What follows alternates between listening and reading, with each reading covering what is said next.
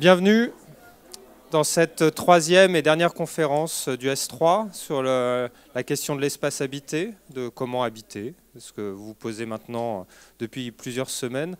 Donc on est content, après Victoria Pignot, Félix Muhl, d'accueillir Boris Boucher, que je vais te laisser présenter. Et donc, merci d'être là et je vous souhaite une bonne conférence.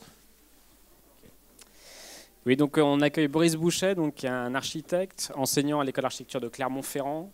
Tu as ton agence depuis 2007, tu es sorti en 2004 de l'école de Clermont. Voilà. Et tu as enseigné en 2005, je crois, c'est ça, ou juste derrière. Voilà, donc très impliqué dans l'école de Clermont-Ferrand, notamment dans le domaine d'études et vannes. Et aussi, tu es vice-président de la CFVE. Désormais, ton agence est la Paris à Clermont. Et donc, ce qui est intéressant, c'est que c'est aussi l'évolution d'une agence qui aujourd'hui, vous êtes une quinzaine, je crois aujourd'hui, c'est ça à peu près. Et donc, l'évolution d'une agence de taille de projet et aussi de contexte. Et donc, ce qui nous intéresse, c'est qu'il y a dans tes travaux pas de séparation ou pas de distinction propre entre ce qui est l'ordre de l'urbanisme ou de l'architecture ou du design, mais tout ça est un élément lié. Un édifice est souvent pour toi l'occasion de repenser un espace public, etc. Donc ça nous intéresse beaucoup.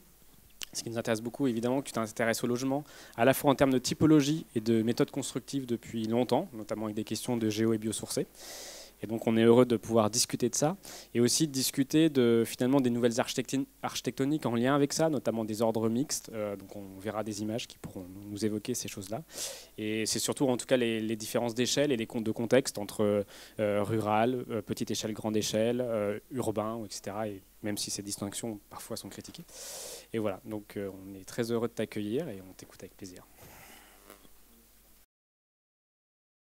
Eh bien, merci Antoine, Yannick, merci à tous de l'invitation.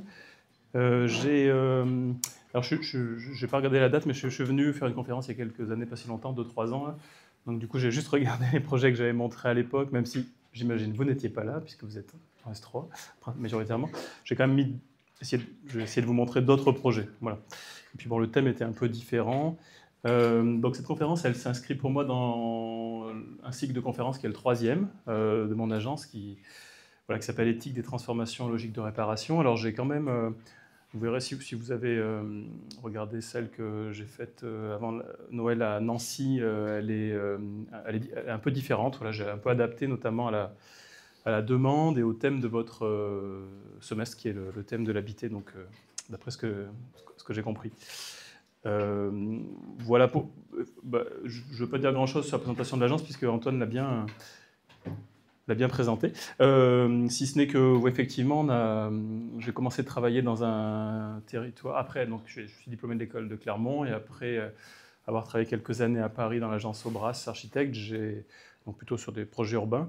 Je me suis installé à Clermont-Ferrand et j'ai travaillé dans le territoire dont je suis originaire, qui est le parc naturel Livradois-Forez, c'est un parc régional, dans lequel j'ai fait d'abord des petits projets, des petits équipements publics, des petites opérations souvent de 3 logements. Voilà, il y en avait plusieurs. Voilà, à la suite de ça, une deuxième phase pour l'agence où on a plutôt construit des bâtiments un petit peu plus gros, un petit peu plus loin, donc un peu partout en France, des projets d'équipements publics. J'imagine, vous pouvez trouver ça assez facilement.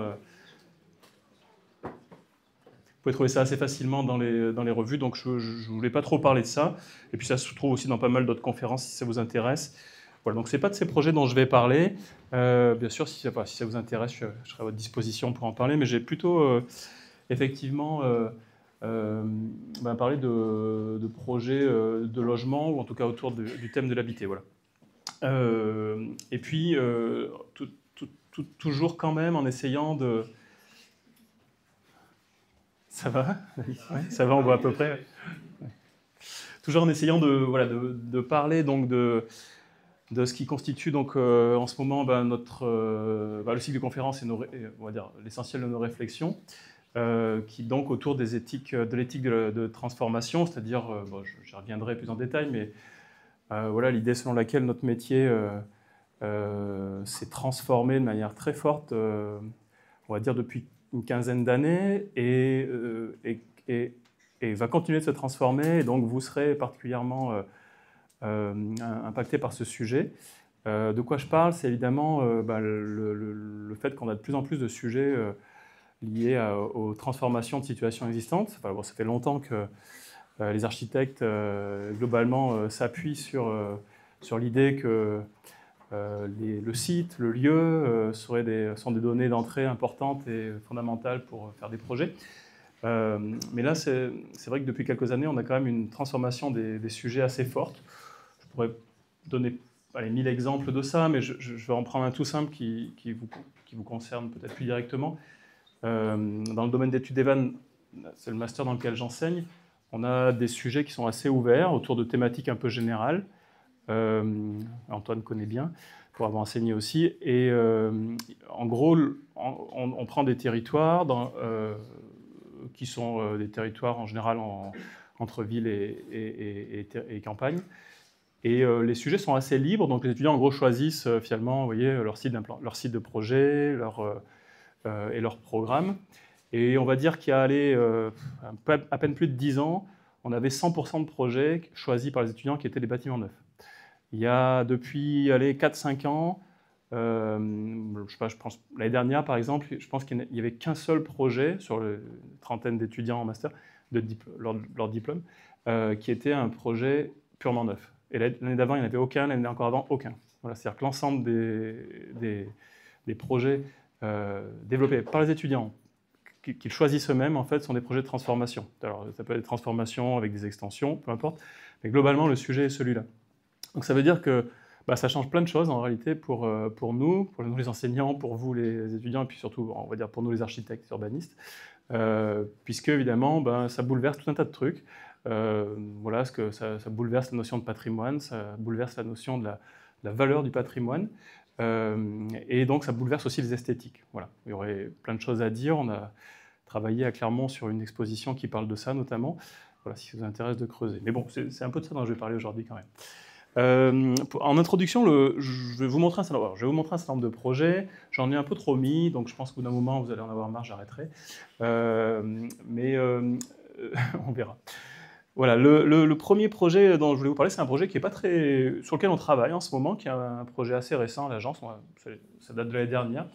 Ça permet aussi de dire qu'à l'agence, on travaille sur des projets de taille très différentes, qui vont, pour donner un ordre d'idée, de à peu près 50 000 € de travaux jusqu'à peu près 15 millions. Voilà, c'est à peu près l'échelle. Donc il y a des gens qui travaillent sur des projets plus gros, mais pour nous, ça fait une échelle assez vaste. Et c'est vrai que pour une agence de 15 personnes, c'est pas toujours évident de continuer de travailler sur des petits projets, mais c'est une volonté qu'on a tous ensemble. Voilà, donc je vais vous en montrer quelques-uns. Celui-là, donc c'est la transformation je trouve que c'est une bonne introduction, c'est un projet tout récent, en cours, c'est pour lesquels donc un couple est venu nous voir, c'est une famille avec 3 enfants. Donc c'est des gens qui ont acheté une maison, c'est à Clermont, exactement à Chamalières. Donc Chamalières, c'est plutôt le quartier chic de Clermont. Quand ils sont revenus, c'est des gens qui étaient à Paris, quand ils sont revenus habiter dans leur ville d'origine, ils ont acheté une maison qui est celle que vous avez sous les yeux, organisée sur 3 niveaux, dans une pente assez forte. Voilà, je vous montre la coupe pour que ce soit plus simple. Donc avec l'accès en bas sur la rue, et puis vous voyez quasiment le jardin qui est à l'arrière, qui leur appartient, et quasiment, on voit la piscine, là, et quasiment au niveau du toit, quoi. Voilà. Et donc, bizarrement, quand ils sont arrivés à Clermont, ils ont acheté cette maison, ils ont fait des travaux, il y a 10 ans à peu près. Et ce qu'ils ont fait, ils ont inversé la logique de cette maison, c'est-à-dire, vous voyez, il y a 3 niveaux, il y a le garage en bas, il y avait les chambres en été au premier étage, et c'était les espaces de vie qui étaient au deuxième. On comprend pourquoi c'était comme ça, puisque en fait, le jardin étant très haut derrière, du coup, c'était assez logique de mettre les espaces de vie aux étages, à l'étage le plus haut.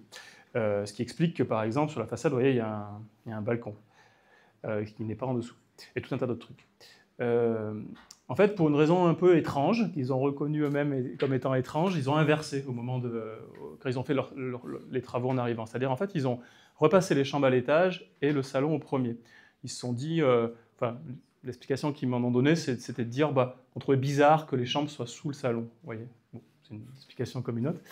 Mais en fait, cette situation, ben, en réalité, elle est à l'origine de leur demande, de la raison pour laquelle ils sont venus vers nous, en nous disant, ben, en fait, oui, on aime bien notre maison. Alors, j'ai pas de photo, mais je vous précise que c'est une maison hyper chic, avec des meubles très très beaux dedans. Enfin bref, ils sont plutôt des gens qui ont du goût en déco, quoi.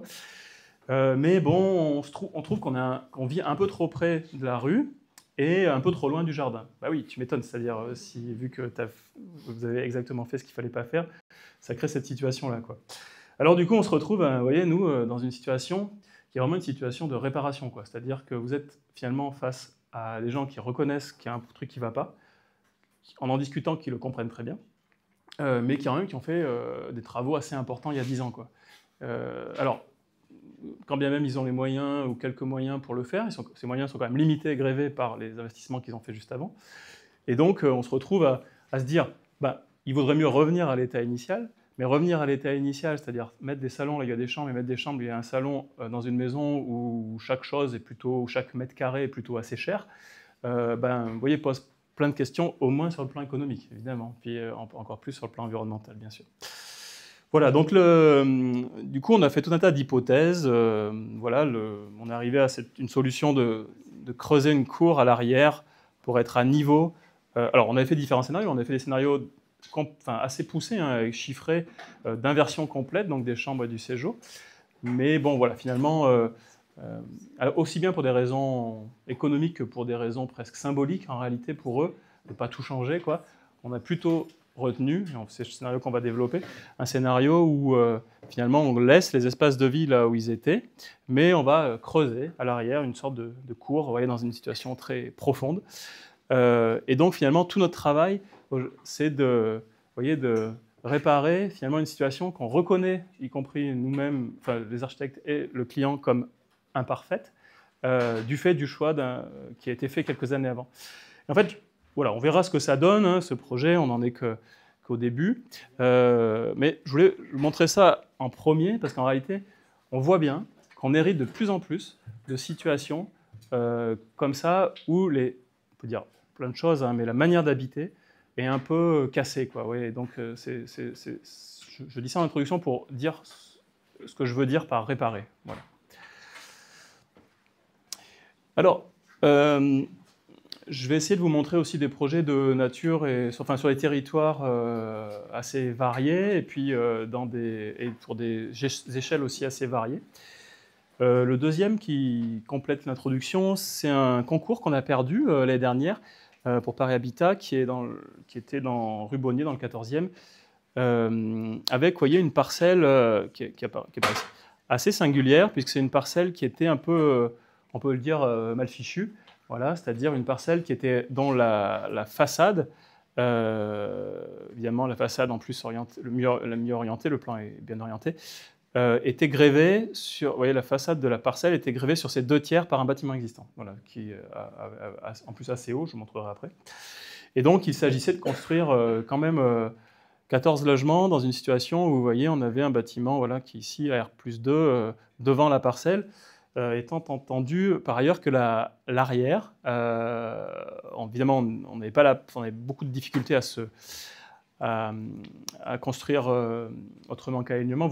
J'imagine que vous savez ça, en France, si on construit à l'alignement chez les voisins, on n'a pas le droit d'ouvrir de fenêtre. Enfin, on va dire, c'est un peu plus compliqué que ça, mais globalement, retenez ce truc-là, selon les PLU. Et donc, voilà, on était dans une situation un peu, on peut dire, assez difficile, qu'on peut dire finalement que cette parcelle, qui était un reste, hein, mais en fait, là aussi, c'est-à-dire dans des territoires denses comme celui de Paris, mais en réalité, on peut le dire quasiment de toutes les métropoles, en fait, aujourd'hui, on construit de plus en plus dans des territoires qui sont des territoires difficiles, quoi, parce que s'il n'y a pas de construction, c'est en général parce que c'était difficile de construire là. Et donc, comme on est dans une situation de densité de plus en plus forte, on se retrouve finalement à construire dans des endroits plus difficiles, quoi. Voilà. Bon, ça, j'aurais pu vous montrer, mais je n'ai pas osé les projets des différents concurrents, qui étaient tous assez intéressants d'ailleurs. Et voilà, notre hypothèse a été de dire qu'on fabriquait une sorte de figure assez étrange, qui était une sorte de demi-cercle comme ça, qui permettait fabriquer un recul et surtout une cour, et donc de fabriquer des biais comme ça, permettant de laisser rentrer la lumière. On avait tout regardé, tout calculé, dans les logements qui étaient à chaque étage. Je vais vous montrer comment c'est fichu. Voilà, c'est un plan, le plan type est comme ça. Donc vous repérez, excusez-moi, j'ai tourné le plan. Vous ne ferez pas ça pour être rendu. Hein. Voilà. Donc ça, c'est le bâtiment existant. À l'arrière, c'est une école primaire, donc c'est pas évident. Et en gros, vu le nombre d'étages autorisés, on devait avoir à peu près 2 logements par étage. Donc avec une distribution centrale, vous voyez, on a organisé un logement de chaque côté, ce qui était plutôt favorable pour celui-là, bien sûr, puisqu'on arrivait globalement avec une façade assez longue à l'éclairer, mais évidemment un petit peu plus dur pour celui-là. Et donc c'est pour ça qu'on avait cette grande, petite cour qui permettait de faire rentrer la lumière en biais, comme ça, au travers de cette cour, plein sud.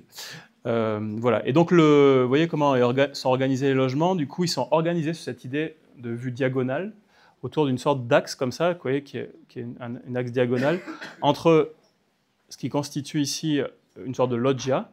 C'est-à-dire, en gros, vous voyez, la façade, elle n'a pas la même géométrie la façade de la loggia n'a pas la même géométrie que la façade du logement. Ça, c'est extérieur. Et des petites manière de prendre la lumière que nous autorisait le PLU de Paris sur l'arrière. Voilà, donc si vous voulez, les séjours du coup étaient organisés sur une forme de double rectangle comme ça, dans la diagonale, qui permettait donc de prendre la lumière des 2 côtés. Voilà. Donc je vous montre ça aussi pour ça, pour vous dire que, vous voyez, on sait pas, même si c'est une opération neuve, là aussi on est dans une sorte de logique de réparation finalement d'un tissu, pas au sens où ce tissu il aurait été sciemment mal pensé, mais plutôt d'un tissu qui finalement est un reste, et donc dans lequel on a un peu de mal à s'imaginer pouvoir faire habiter 14 foyers. Et finalement, une fois qu'on a eu dit ça sur ce projet, ça nous semblait être finalement cette forme, et les colonnes en pierre là, qui fabriquaient la loggia dans cette cour, finalement c'était pour nous, en termes d'expression, c'était un peu la fin de notre réflexion, c'est-à-dire que vous voyez la façade là, qui est cette partie-là, là, qui est une façade neuve, en fait, on a plutôt considéré qu'on était dans une logique quasiment mimétique, finalement, avec les formes, hein, pas forcément l'architecture, mais les formes de la rue. Voilà. Ce qui nous a valu d'être traité de postmoderne par le jury. Mais c'était peut-être vrai. Hein. Alors, d'autres exemples dans des territoires un peu différents, je vous ai montré deux territoires métropolitains, même si Paris c'est bien plus grand que Clermont. Là, c'est un projet qu'on fait à Aurillac. Donc Aurillac, c'est une petite ville, une ville moyenne, on dit, 40 000 habitants dans le Cantal, dans un tissu qui est un tissu assez dense, un tissu ancien. Voilà, je vous repère, là. Ça c'est notre grue, là. Parce qu'en fait, c'est un projet, vous voyez, les dates, ça n'est que, pareil, une quinzaine de logements, mais c'est un projet qui est en chantier, qui va se terminer cette année normalement, et qui aura bientôt, pour 14 logements, qui aura duré quasiment 10 ans. Voilà.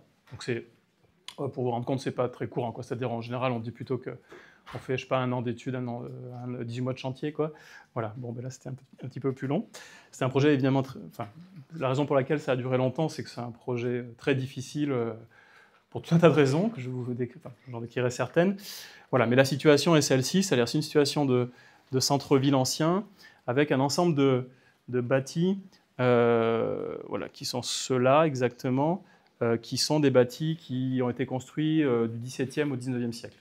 Donc avec des parties, globalement, des bâtiments très dégradés, c'est-à-dire, il y avait, à l'origine, notre client, c'est un bailleur social. Il y avait encore des gens qui habitaient dans les logements en 2016, qui étaient dans des conditions assez dramatiques. Hein. Il y avait un très grand logement, très beau, mais dans lequel il pleuvait, voilà, avec une famille dedans. Donc c'était vraiment le temps de faire les travaux. Voilà. Et donc, mais surtout avec, vous voyez, une forme, une géométrie particulière, puisqu'en fait, constituée de l'adjonction de différentes entités bâties.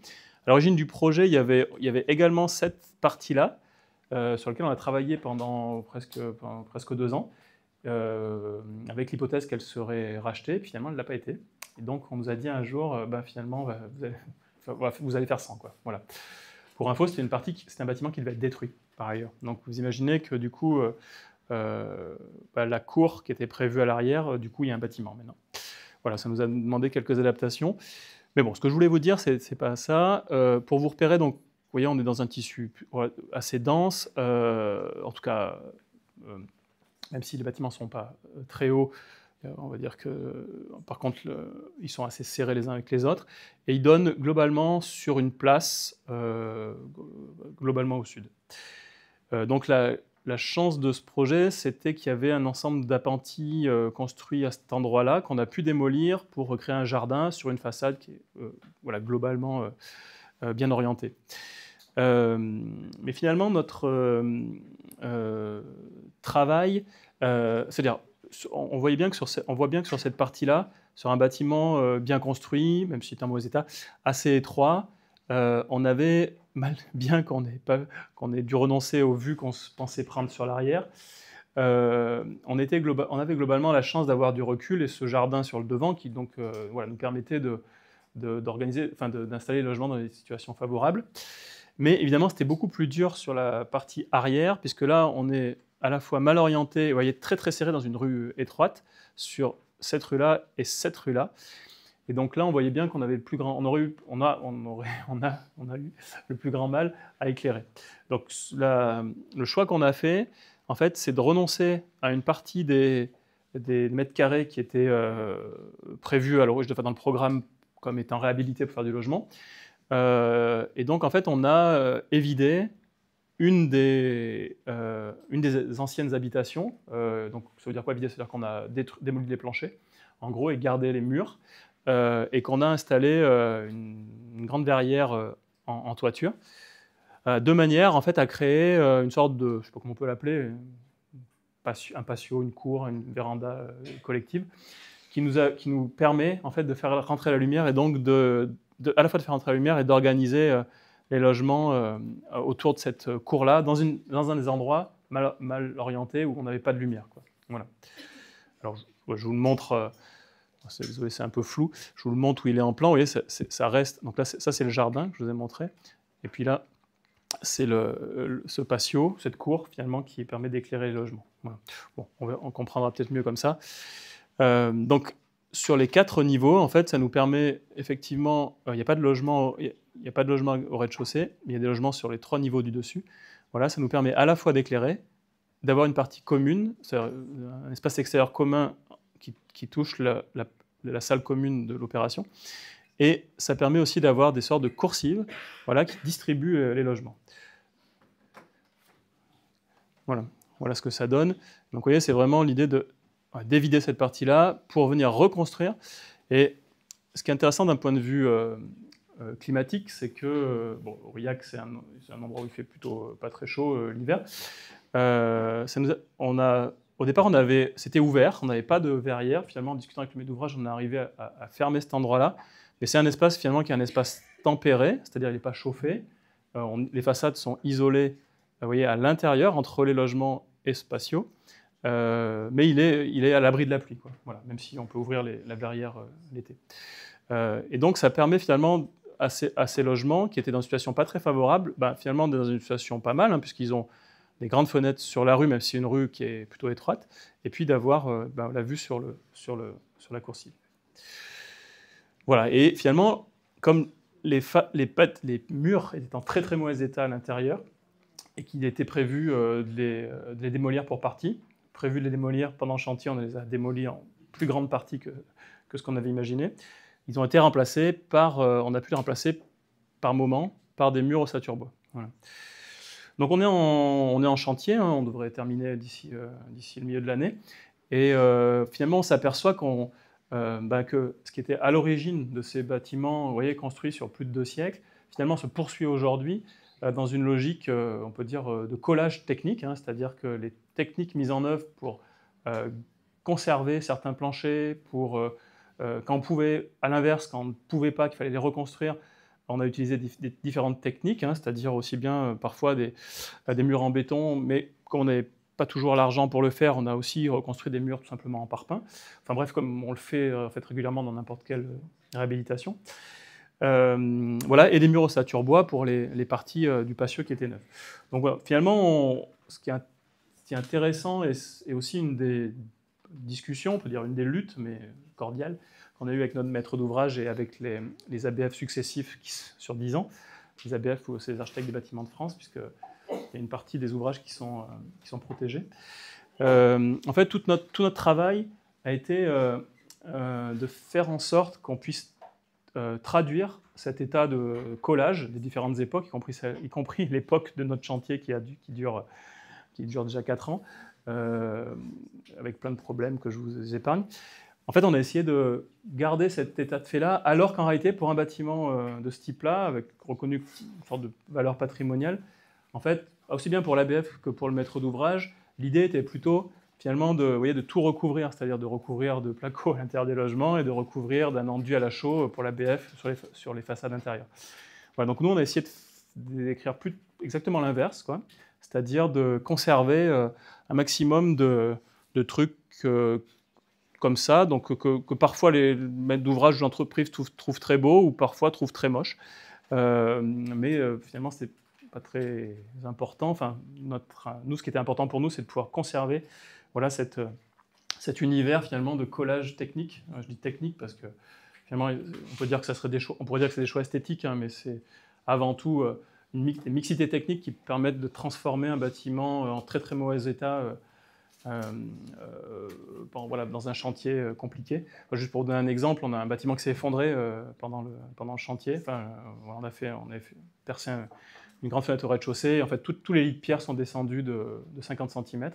Voilà, donc ça, l'ingénieur il vous dit, là, il n'y a qu'une solution, c'est de démolir le bâtiment et de le reconstruire. Ce qu'on a fait, grevant le budget, évidemment, de manière très compliquée.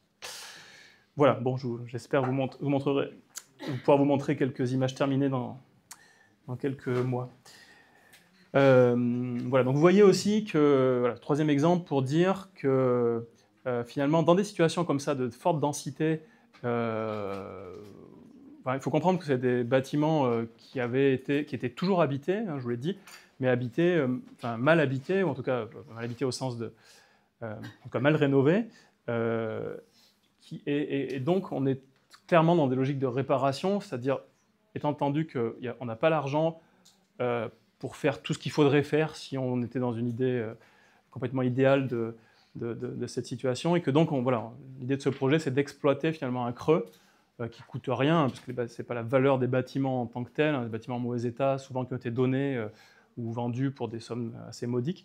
Mais en fait, le volume, dans ce cas-là, ne coûte rien, on ne pourrait pas dire ça à Paris, bien sûr, ni même à Clermont, mais dans des territoires comme ceux-là, qui sont des territoires où le marché immobilier est quand même un peu assez peu dynamique, on peut se dire que la valeur patrimoniale, au sens économique, hein, avant même de parler de valeur patrimoniale culturelle, finalement est assez faible pour le volume, et donc on peut s'en servir pour faire entrer la lumière. Allez, un quatrième projet, toujours pour parler de logement, qui correspond. Alors pareil, c'est un projet qui met longtemps à arriver, puisque au départ on est sollicité, donc c'est à Ambert, c'est la petite sous-préfecture d'Yverdon-Forez. Donc c'est 7000 habitants, vous voyez, c'est une petite sous-préfecture, toute petite. On est sollicité par les élus au départ, puisque cette maison, vous voyez, qui est le long de l'avenue principale, face à la mairie, si vous connaissez la mairie ronde d'Ambert, qui en fait au départ est occupée par un pâtissier, qui est un commerçant qui occupe le rez-de-chaussée, et il a fait des logements au-dessus, qui commencent à être en mauvais état, qui commencent à être un peu anciens, et ce pâtissier va partir à la retraite, donc en gros il sollicite la commune pour savoir s'ils veulent acheter. Au départ, ils disent non, et puis, bref, nous on ne le sait pas, et nous on est sollicité pour la maison d'à côté, qui est en vente, et donc finalement ça leur met la puce à l'oreille, et donc ils nous demandent de faire une sorte de petit diagnostic sur cette maison-là, qui s'avère être aussi une belle maison, mais en mauvais état, avec des planchers pourris, etc. Donc nous on dit, il se trouve on passe un peu de temps sur place, par hasard on discute avec le pâtissier, et puis le pâtissier dit, mais moi pareil je veux vendre, je vais partir à la retraite. Et donc en fait on leur rend d'abord une petite étude qu'on appelle de faisabilité, c'est-à-dire on ne fait pas de la maîtrise d'œuvre, vous voyez, on ne fait pas le projet, on fait juste, c'est une sorte de conseil si vous voulez, préalable, dans laquelle on dit aux élus, en fait, oui ça vaut le coup de racheter cette maison pour faire du logement, c'était ça l'idée, à condition de racheter la voisine, quoi. Voilà. Puisque à l'origine, vous voyez, le parcellaire est particulier, c'est-à-dire qu'en fait, il y a un parcellaire en lanière à l'arrière, avec tout un tas d'appentis des deux côtés.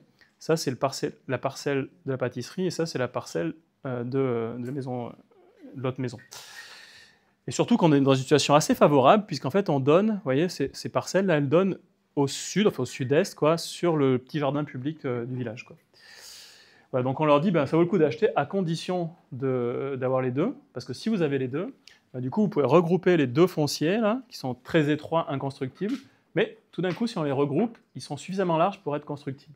Et donc, finalement, ce qui est pas mal, c'est que on pourrait faire une petite opération un petit peu plus efficace, c'est-à-dire avec 6 ou 7 logements dans ces maisons-là, et puis reconstruire à nouveau 6 ou 7 logements neufs sur l'arrière.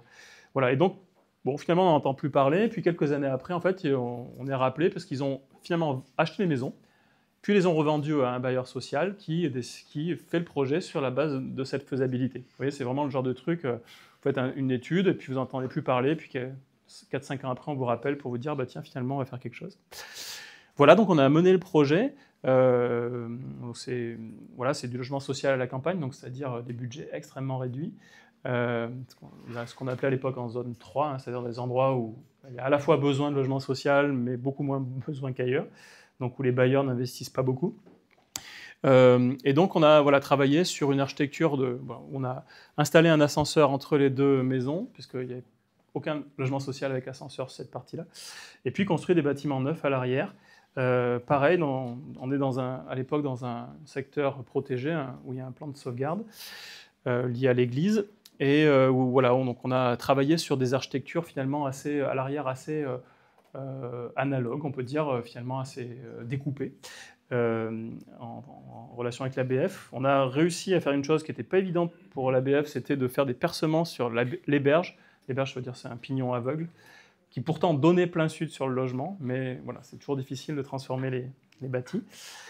Voilà. Et donc, surtout, ce qui est intéressant, c'est qu'on a recréé, par finalement, vous voyez, toute cette histoire successive de faisabilité, d'achat, de revente, etc., on a recréé une situation d'habiter qui n'existait pas, hein, puisqu'en fait, on a recréé la possibilité de construire des logements, alors en l'occurrence neufs, face au parc, avec on a beaucoup misé sur la taille des terrasses et des loggias, et du coup on se retrouve avec 13 logements, je crois aussi, dans le centre-ville de cette petite ville, tous orientés plein sud, avec des grands espaces extérieurs, dans une situation où en gros, vous savez, dans les territoires de centre-bourg, on dit c'est difficile de faire habiter les gens puisqu'ils ne peuvent pas avoir d'espace extérieur, pas de lumière, etc.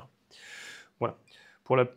Juste pour l'anecdote, parce que ce n'est pas de ça dont je parle aujourd'hui, mais l'ABF refusait qu'on utilise des matériaux bruts en façade, comme on le fait habituellement, du béton, même de la pierre ou de la brique. On n'avait de toute façon évidemment pas les moyens de la pierre, parce qu'en fait le plan de sauvegarde prévoit des enduits, comme c'est souvent le cas. Voilà. Et donc on a un petit peu triché, comme on fait parfois. On s'est à peu près mis d'accord quand même. On a travaillé effectivement sur 2 types de matières, mais on a des enduits qui sont plutôt des enduits de qualité aux étages. Et tout le socle en fait était fabriqué en béton brut, qu'on a recouvert d'un lavis. Le lavis, c'est un mélange de terre colorée et d'eau, quoi, une sorte de peinture, si vous voulez, transparente. Qu'on a ensuite sablé au travers d'une grille, pour fabriquer un motif un peu singulier, puisque comme on était, vous avez vu, d'un point de vue esthétique sur une architecture, on peut dire, qu'on peut décrire comme un peu analogue, c'est-à-dire avec des volumes et des formes qui étaient plutôt très inspirés du bâti existant. Voilà, il nous semblait intéressant de trouver une singularité sur la matière, c'est ce qu'on a fait.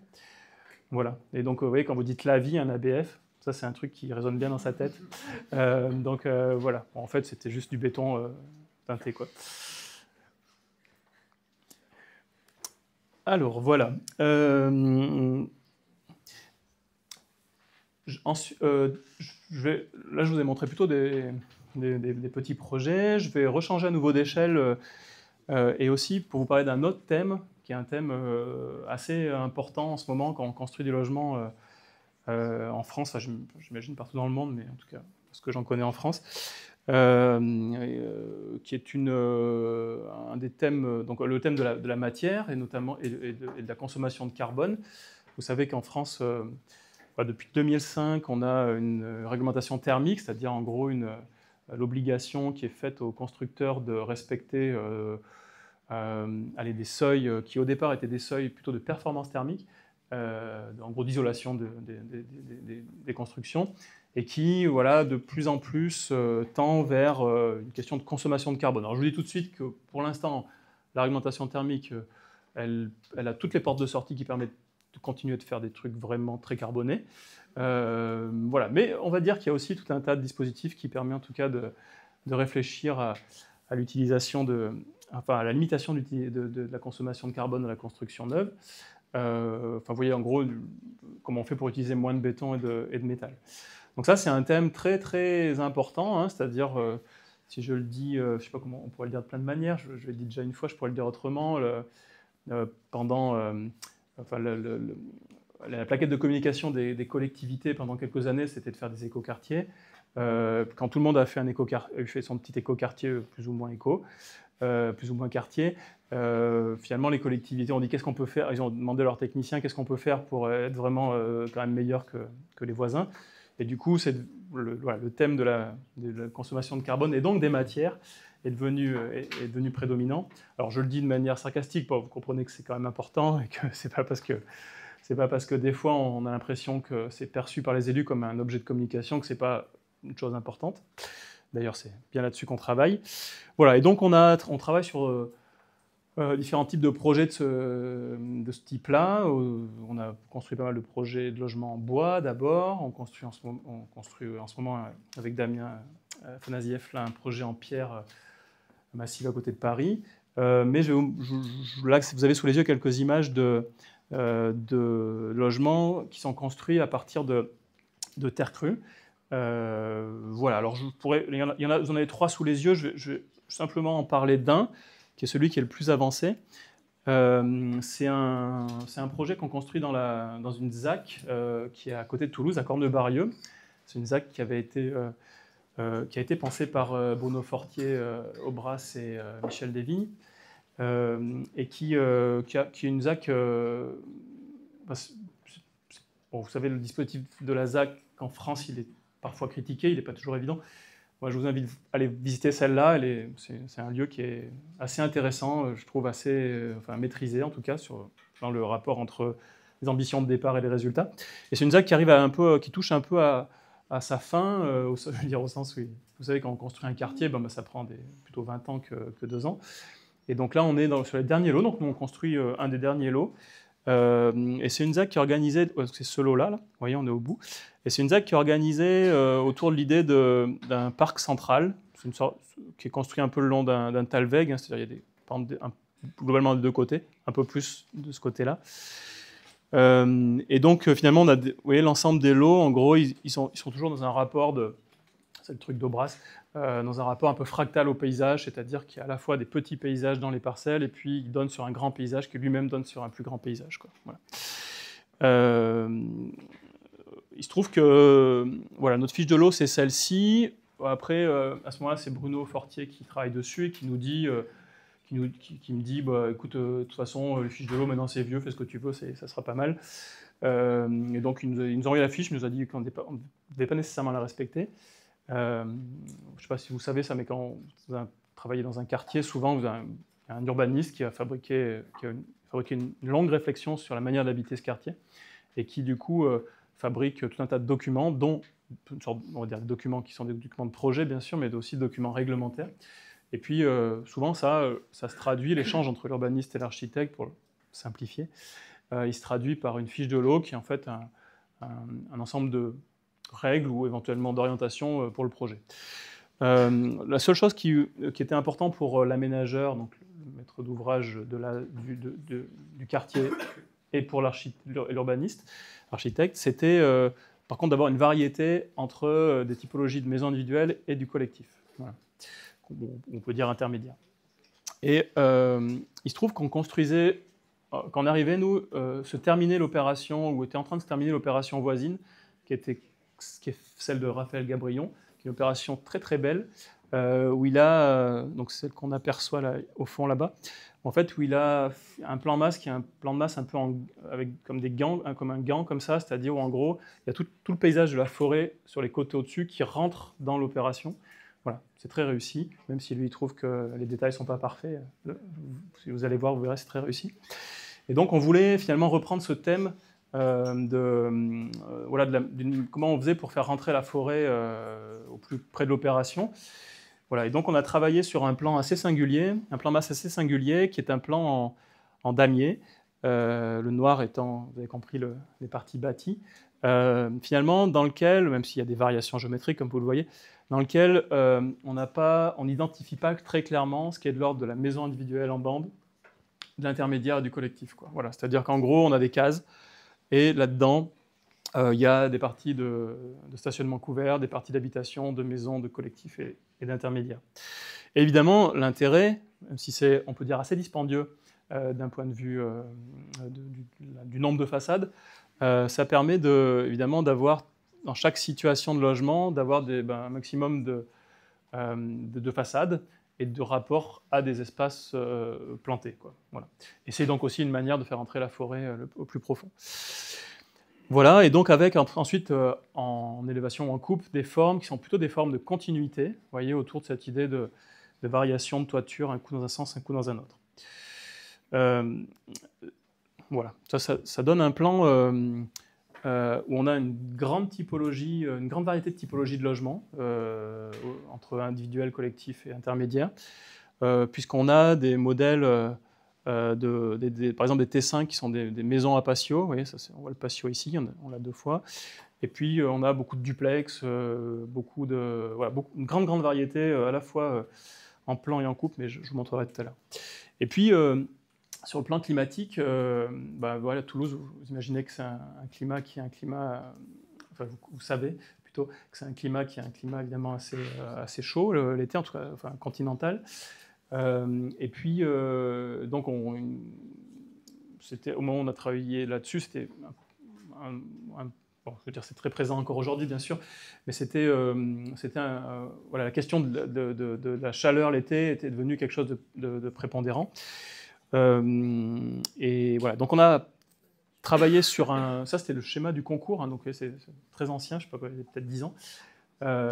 Appuyé sur un principe bioclimatique hyper simple, hein, très, très connu, on va dire de l'Antiquité jusqu'à Fernand Pouillon, qui est que, en fait, si les logements ils sont traversants et si il se trouve que les façades les mieux orientées, en l'occurrence au sud, sont protégées du soleil, on a des chances d'avoir un climat à l'intérieur du logement qui est plus favorable. Donc c'est ce qu'on a fait, c'est-à-dire les façades sud en fait sont composées, ça c'est une coupe sur les collectifs. Les façades sud sont composées de 2 façades fabriquées en briques de terre crue compressée. Donc c'est de la terre crue qu'on comprime dans un moule, qui fabrique des blocs, voilà, qu'on empile les uns sur les autres. Avec comme singularité que donc vous voyez, là il y a la façade de la loggia, bien sûr, ça c'est ouvert, mais les façades intérieures, entre la loggia et le logement, sont des façades qui ne sont pas isolées. Voilà, c'est-à-dire qu'on n'a pas d'isolation, on n'a pas de doublage intérieur. Le calcul qu'on avait fait à l'époque, qu'on a pu valider, puisqu'aujourd'hui en fin de chantier, c'est que en fait, l'énergie qu'on perdait l'hiver, hein, malgré tout il ne fait pas si chaud que ça à Toulouse, hein, c'est pas tropical, le chauffage qu'on perdait était compensé largement par la réduction des dépenses en rafraîchissement. En gros, l'hypothèse qu'il n'y aura pas de clim. Voilà. Donc, alors voilà, ça c'était le point de départ. Après, il y a toute une aventure de plusieurs années, de grandes difficultés pour y arriver, autour donc de ce modèle de maison et de petits collectifs. Voilà, ça vous avez là sous les yeux les façades sud de ces collectifs. Voilà, donc là, ce qui est intéressant, je pense aussi, c'est de dire que, vous voyez, sur ce projet-là, bien sûr, en général, ce qu'on retient, c'est les techniques constructives, et je vais en parler un petit peu plus. Mais en fait, c'est super important, et vous allez voir pourquoi, considérait que dans le logement, évidemment, il ne suffit pas de, je sais pas quoi, de construire en terre crue, en paille ou en bois pour que ça soit agréable. C'est-à-dire on peut tout à fait imaginer qu'il y ait des logements en paille qui soient absolument invivables. Et du coup, vous voyez, les deux premiers trucs dont je vous ai parlé, c'est la question du rapport à son environnement, au paysage, quoi, on peut dire. C'est-à-dire comment on vit dans un paysage, c'est la première chose en fait qui compte, c'est-à-dire quelle est la vue, sur comment je fais pour y arriver, etc. Et puis, et la deuxième chose, c'est les situations d'habiter, quoi. C'est-à-dire est-ce que c'est traversant, est-ce que j'ai de la place, est-ce que c'est pratique, etc. Bon, et là, dans cette opération-là, évidemment, on a une grande variété typologique. On a 60 logements, on a quasiment 30 typologies variées. Je pense que si on le refaisait aujourd'hui, je ne suis pas sûr qu'on fasse autant de variétés. On a beaucoup souffert, les bureaux d'études ont beaucoup souffert, les entreprises tout le monde a beaucoup souffert de ça. Mais bon, on imagine que ça sera bien. Et notamment, on a beaucoup de variations que vous apercevez, que je vous ai montré rapidement en plan. Donc, vous voyez des variations de trame, des variations d'orientation, etc. Mais aussi, on a beaucoup de variations en coupe. Bon, c'est une chose qu'on a réussi à tenir, c'était pas évident non plus, mais il y a beaucoup de... On avait fait ces petites maquettes 3D là, au moment de la vente des logements, hein, c'est des logements privés qui sont fabriqués par un promoteur avec Clis Promotion. Et voilà, on les avait accompagnés au moment de la vente en fabriquant des petites maquettes comme ça, qui étaient destinées à expliquer aux futurs acquéreurs à quoi ressemblait leur logement. Parce qu'on s'est aperçu, c'est un truc que je pense beaucoup d'architectes savent, mais que nous on ne connaissait pas bien à ce moment-là, c'est qu'en fait les gens ils achètent leur logement exclusivement sur des plans sans vraiment comprendre à quoi ils ressemblent, quoi. Voilà. Et parce que, évidemment, en général, ces logements sont... il n'y a pas de question de volume, quoi. C'est-à-dire ça fait 2,50 m, enfin maintenant 2,40 m sous plafond, et tout est pareil, donc finalement, on n'a qu'à se poser la question du plan. Bon, nous, comme on avait fait beaucoup de petites opérations, de neuves ou de réhabilitation, comme je vous ai montré, on avait quand même un peu cette idée que le logement, c'est pas seulement un plan, même si on a fait des opérations, oui, malheureusement, c'est ça aussi. Et donc, dans cette opération-là, on avait... aussi parce qu'on est dans un territoire qui est un territoire, on peut dire, périurbain, on avait cette ambition de retrouver les qualités, je le dis un peu bêtement, de la maison individuelle, et donc d'avoir des effets de double hauteur, des effets de toiture, etc. Voilà. Donc on a fait ce travail-là, qui, d'après les gens qui commercialisent les logements, au début ils y croyaient, enfin ça les intéressait pas trop, et en réalité, d'après ce qu'on a compris, ça les a pas mal aidés, malgré le contexte difficile de vente. Voilà. Et bon, voilà, ça a aussi permis d'expliquer qu'à l'intérieur, tout n'était pas complètement recouvert de placo, même s'il y a beaucoup de placo, et qu'il y avait notamment des matières, dont des planchers qui sont restés en bois. Voilà, ça a permis finalement de fabriquer un rapport plus intime entre les acquéreurs et le promoteur. Un mot sur cette technique constructive de briques de terre compressées. En fait, le point de départ, nous, on avait construit il y a quelques années au tout début de l'agence, là, quand j'étais jeune, un bâtiment en pisé de terre crue. Voilà, maintenant il a pas loin d'avoir 15 ou 20 ans. Et voilà, donc en quelque sorte, c'est la raison pour laquelle on a été appelé pour faire ce projet, parce que l'ambition de l'aménageur, c'était de faire un projet en terre crue. Voilà, et donc on avait bien compris à ce moment-là que construire en pisé, le pisé c'est de la terre compressée entre deux banches, c'était pas du tout à l'échelle de l'économie d'un logement, voilà, c'est-à-dire c'est trop cher, quoi, pour le dire simplement. Et donc on cherchait une technique différente. Il y a une des techniques qui à l'époque n'était pas très connue, mais qui avait été employée notamment par Philippe Madec, qui était l'utilisation de briques de terre crue compressées, qui en fait c'est tout simple, hein, c'est la brique telle qu'elle est fabriquée avant de passer à la cuisson dans une usine de terre cuite, quoi. Voilà. Mais avec des petits modèles, Philippe il avait fait avec des petits modèles, et du coup ça coûtait aussi assez cher, parce qu'évidemment ce qui coûte cher, vous savez, c'est pas tellement la matière, désormais, hein, depuis qu'il y a eu une inversion du coût matière-main-d'œuvre au 19e, c'est évidemment la main-d'œuvre. Et donc on s'est simplement appuyé, pareil, hein, sur l'idée de Pouillon, Pérodin, qui est que si on met en œuvre des gros éléments, c'est plus facile à poser. Et ce qu'on a appris à ce moment-là, en travaillant avec un fabricant, Étienne Gay, c'est que c'était aussi plus rapide à fabriquer. Et je trouve qu'on a eu une sorte un peu un coup de peau à ce moment-là, puisque en discutant avec ce fabricant, il nous a dit, en fait, j'ai eu un peu la même idée que vous, c'est-à-dire si on fabrique des gros blocs, en gros, ça va être plus performant. Donc à l'époque, il nous avait dit, ben voilà, je suis en train j'ai réfléchi à la machine, voilà, j'ai l'habitude, il me faut à peu près 7-8 mois pour mettre au point la machine, et voilà, donc ça collera avec votre chantier qui devrait se dérouler dans 1 an. Voilà, on sera prêt, quoi. Voilà. C'était il y a 6 ans. Et quand on a attaqué le chantier, 6 ans et demi, quand on a attaqué le chantier, on s'est inquiété de savoir si la machine serait au point. En fait, il pensait mettre 8 mois pour mettre au point sa machine, il a mis 5 ans. Voilà. C'était évidemment très compliqué. Donc c'est quoi sa machine? C'est ça. C'est-à-dire c'est une grosse presse, une espèce d'une presse, quoi, voilà, qui amène de la terre dans une sorte de moule et qui la compacte très très fort, quoi, voilà. Voilà, vous voyez, vous apercevez les briques qui sont là. Voilà, donc c'est des grosses briques, elles font 40 par 40 par 120.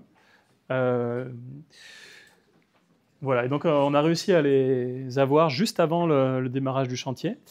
L'hypothèse aussi était une hypothèse économique au départ, hein, c'était de dire, je sais pas, un mur en pisé, vous voyez, il va coûter je sais pas, entre 450 et 650 € par mètre carré à peu près, pour donner un ordre d'idée.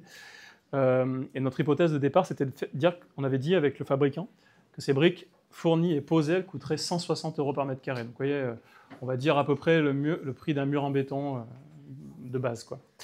Au final, le résultat du chantier, on n'a pas fini le chantier, mais on a presque fini, on a à peu près les coûts et tout ça. Bon, je vous passe les détails, on a eu plein de problèmes. Si ça vous intéresse, je pourrais le dire. Mais globalement, on peut dire qu'aujourd'hui, le coût de la paroi, c'est à peu près 220 € par mètre carré. Vous voyez, donc c'est plus cher que ce qu'on avait prévu. Mais globalement, on n'est pas si loin. Alors, vous voyez, la coupe... Au départ, je ne sais pas si vous vous souvenez, la coupe que je vous ai montrée tout à l'heure, mais l'idée, c'était quand c'était monomure. C'est-à-dire qu'en fait, on avait les briques, elles portaient les planchers et l'ensemble du bâtiment de ce côté-là. Elles étaient structurelles, quoi, pour le dire autrement. Exactement comme on avait fait notre bâtiment en pisé, ou exactement comme on fait le bâtiment en pierre avec Damien. Au final, on n'y est pas arrivé sur ce projet. On n'a pas pu finir de convaincre tout le monde que la brique de terre, elle était suffisamment solide pour tenir ce bâtiment. Et donc, globalement, ce que vous voyez sur cette image, c'est-à-dire ces deux façades sont mixtes, c'est-à-dire qu'elles sont composées à la fois de poutres et, on va dire, une sorte de poteau béton et de briques de terre compressées. Voilà. Bon, je pourrais vous dire, pour simplifier la chose, la raison pour laquelle on n'est pas arrivé à faire ce qu'on avait imaginé, c'est qu'on n'est pas arrivé à démontrer la tenue de la brique sur le long terme en conditions humides prolongées. Voilà. En gros, s'il pleut tous les jours pendant 10 ans à Toulouse, on n'arrive pas à montrer que la brique, elle se tient suffisamment, quoi. Voilà. Comme elle est exposée à l'extérieur, bien sûr. Bon, mais vous voyez, ce qui est intéressant, c'est que même si, on peut dire d'un point de vue carbone, on peut dire qu'on a plutôt échoué. C'est-à-dire que si on avait... en gros, on a rajouté du béton, quoi. Et donc, globalement, si on faisait le bilan de tout ça, on a peut-être gagné un petit peu, mais ce n'est pas du tout à l'échelle de ce qu'on imaginait gagner. Mais par contre, c'est pour ça que cette petite introduction tout à l'heure, ce qu'on peut dire, ce qu'on a gagné quand même, malgré tout, c'est que le dispositif reste, vous voyez. C'est-à-dire que si c'était... et même si on n'avait plus eu du tout de briques en terre crue, on aurait quand même eu des façades maçonnées, des loggias, protégeant donc... fabriquant de la masse et protégeant de fort ensoleillement du sud. Voilà. Donc vous voyez que finalement, on peut travailler, c'est très important de travailler sur le coût carbone des constructions, c'est très important de réfléchir à ces sujets-là, mais malgré tout, le dispositif qui est un dispositif habité, quoi, qui est un dispositif hyper classique, reste, et même dans les pires moments où on a cru qu'on allait perdre la brique de terre crue, finalement, on avait quand même toujours les loggias, quoi. Voilà. Ce qui était finalement peut-être la chose la plus importante pour ces logements. Voilà, donc je vous ai mis quelques images du chantier là, voilà, parce que c'était quand même une sacrée aventure d'en arriver là. Voilà, pour ces briques, donc qui sont des briques du coup intérieur-extérieur, hein, ça on a réussi à maintenir ce principe technique où il n'y a pas d'isolation, quoi. Voilà, donc qui est mise en œuvre au rez-de-chaussée des villas. Ça c'est une maison par exemple, enfin c'est exactement ces deux maisons. Vous voyez sur les les façades sud en double pot des logements collectifs. Alors, vous voyez quand même que ce que je disais, c'est-à-dire que globalement, le rapport entre la quantité de terre crue et la quantité de béton, elle n'est pas celle qu'on avait envisagée au début. Et voilà, il faut avoir l'honnêteté de dire que globalement, il y a quand même beaucoup de béton quoi, dans cette technique-là. Voilà, mais on le vit comme une expérience. Alors, j'ai regardé l'heure pour ne pas vous assommer. J'ai encore 2 projets à vous montrer, mais à mon avis, j'ai le temps que pour un seul. Donc, je vais montrer le deuxième.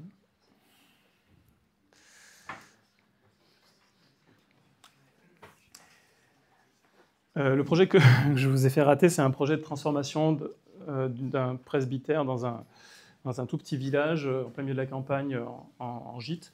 Bon, je pourrais y revenir si vous le voulez. Je vais utiliser les 10 minutes, le quart d'heure qui me reste pour parler d'un projet qui n'est pas strictement lié enfin, c'est pas du logement, mais ça parle évidemment d'habiter au sens plus large, c'est-à-dire d'habiter ce que c'est d'habiter un village, un bourg. Donc on est